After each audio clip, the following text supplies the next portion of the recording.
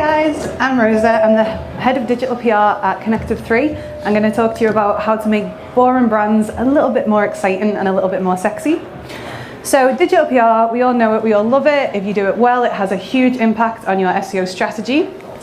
And we all love a really big fun campaign. So, Doggy Devotion. We ran a campaign where we attached heart rate monitors to dogs. We said things to them like, I love you, you're amazing, you're the best little pet ever. And we monitored how fast their heart rate went and found out that dogs really do love you, and they really do love it when you pay them affection. And they love it, and it's really, really cute, and it was a great campaign for canine cottages. And from dogs to doggy style. For Ann Summers, I ran a campaign which was the 30-day sex position challenge. So for Couples Awareness Month, we came up with 30 sex positions. Secret, there isn't really 30 sex positions, we just made like 17 of them up. And we came up with a fantastic campaign, and both of these did really, really well, got loads and loads of links. But let's be honest, anything to do with dogs and anything to do with sex is really, really easy to sell. It's pretty easy to get links for, and they're really, really great clients, but sometimes brands can be a little bit more boring. So the good news is you can still do really, really fun, really creative campaigns for them. You just have to be a little bit more creative. So Office Furniture Online are one of my clients. You can probably guess what they do. They sell football t-shirts. No, I'm kidding, they do Office Furniture Online. And we had to do a campaign for them, which had to be a quick turnaround campaign that was about people going back to the office and built links and was interesting and important. And everyone was talking about going back to the office. The market was really oversaturated. So we did a lot of social listening on social media to see what people were talking about specifically when they left the office. And lots of people were worried about their plants that they left for 18 months. They were all dead, like all the plants were dead. It was very sad. And we knew people were doing a hybrid working model. A lot of people were going in 2 days a week.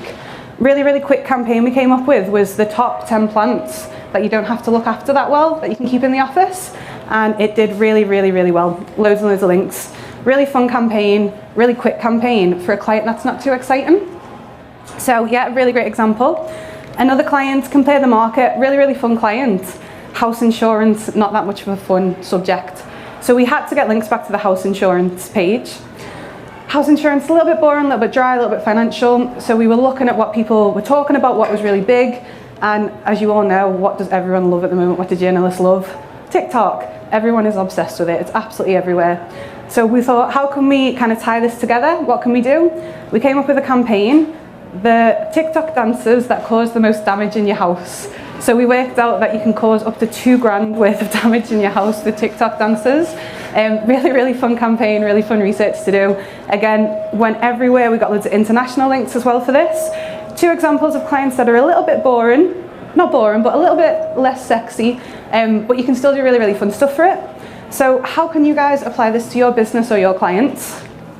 So first of all, you want to understand what your client or your stakeholder really wants. Do they want a big PR campaign with loads of links? Do they want to do brand building? Do they want to get their name out there? Do they want to do thought leadership? Establish that and get a really good brief first.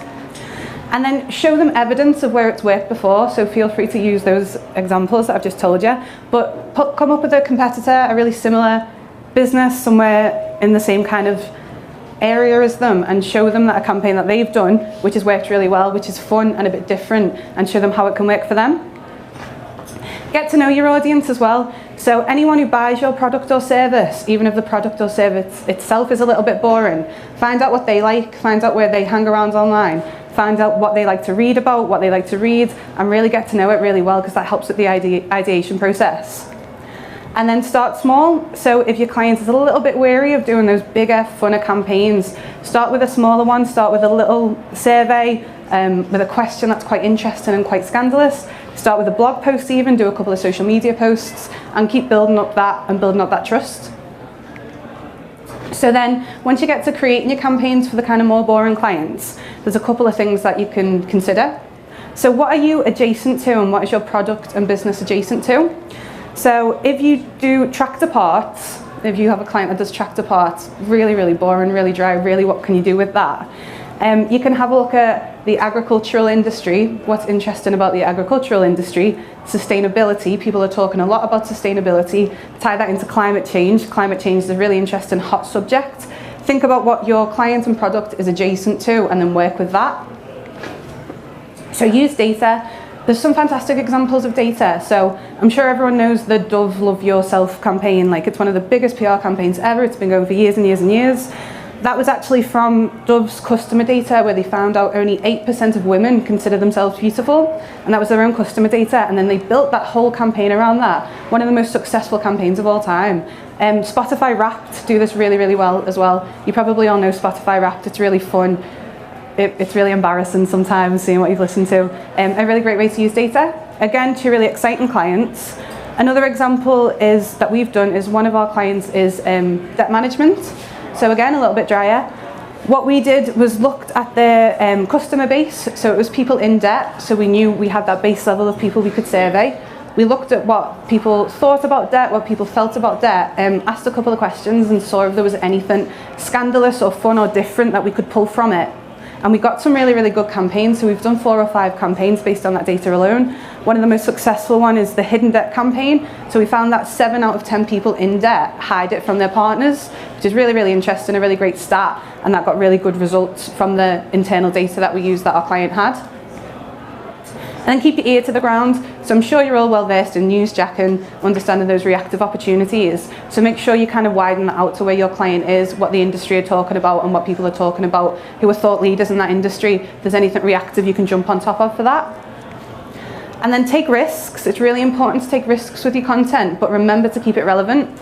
So again, if you did machine parts, if that was what your client did, there is no point doing a top makeup trends for 2022. It just won't work. Whereas you can think a little bit differently, think a little bit outside the box and do something like the top innovations in machines that make makeup that led to the trends that are coming out in 2022. Obviously, I get the content team to put it a bit nicer than that because that was a rubbish title. But you can use that and just think a little bit differently and do great campaigns, but keeping it relevant to your product, even if the product is a little bit boring. And the most important thing is, it's quite easy to do great, amazing campaigns for clients that have really fun products that are talked about in the media all the time anyway. You can just keep on top of that momentum and keep pushing through it. As digital PR executives and as digital PR seniors, it's your job to be really, really, really creative when you've got those boring clients. Think a little bit differently and think outside the box and come up with those ideas that are still relevant, but really fun and really different. And that's kind of like the best bit of digital PR. That's what I love about it. So yeah, that's it. Thank you guys.